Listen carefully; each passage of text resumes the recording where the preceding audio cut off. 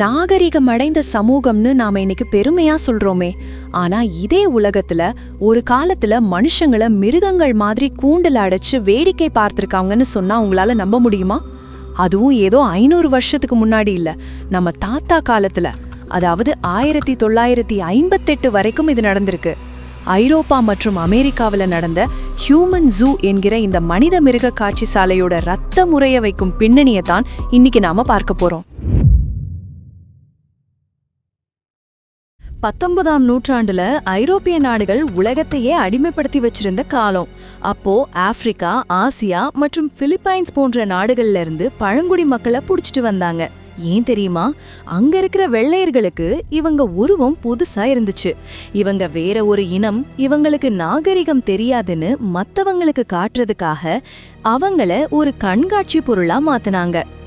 1870கள்ல curl ஹெகன்பெக் என்கிற மிருக காட்சி சாலை உரிமையாளர் தான் முதல்ல மனுஷங்களையும் மிருகங்களையும் ஒரே இடத்துல வச்சு வேடிக்கை காட்ட ஆரம்பிச்சான். இந்த காட்சியை பாருங்க. 1958ல பெல்ஜியம் நாட்டுல எடுக்கப்பட்டது.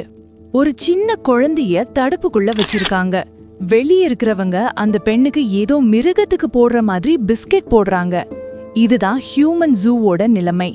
அந்த பெண்கள் ஆண்களை அவங்களோட பாரம்பரிய உடைகளையே உடுத்த சொல்லி கட்டாயப்படுத்துவாங்க.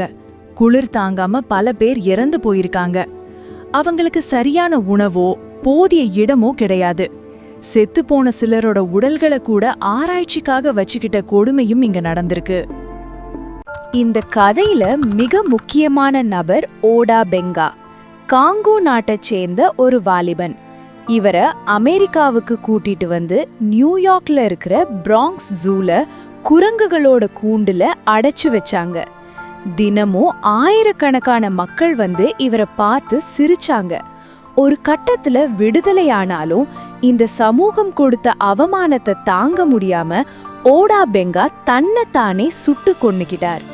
ஒரு மனுஷனோட உயிரை விட கேளிக்கைதான் முக்கியம்னு அந்த உலகம் நினைச்சதுதான் மிகப்பெரிய அவலம்.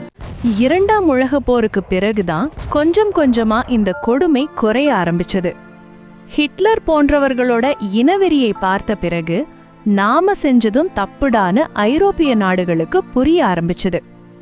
கடைசியா 1958ல பெல்ஜியம்ல நடந்த கண்காட்சிக்கு அப்புறம் இது முழுமையா தடை செய்யப்பட்டுச்சு. ஆனா பிசிக்கலா இந்த ஜூக்கள் மறைந்தாலும் மனதளவில் இனவெறி இன்னும் முழுசா மறையலங்கிறது தான் நிதர்சனமான உண்மை. வரலாறுங்கிறது வெறும் வெற்றிகளை மட்டும் சொல்றதில்ல, நாம செஞ்ச தவறுகளையும் ஞாபகப்படுத்துறது தான். இந்த மனித மிருக காட்சி சாலைய பத்தி உங்க கருத்து என்ன?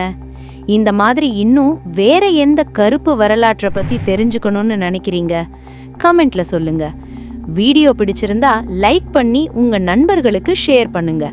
மறக்காம சப்ஸ்கிரைப் பண்ணுங்க.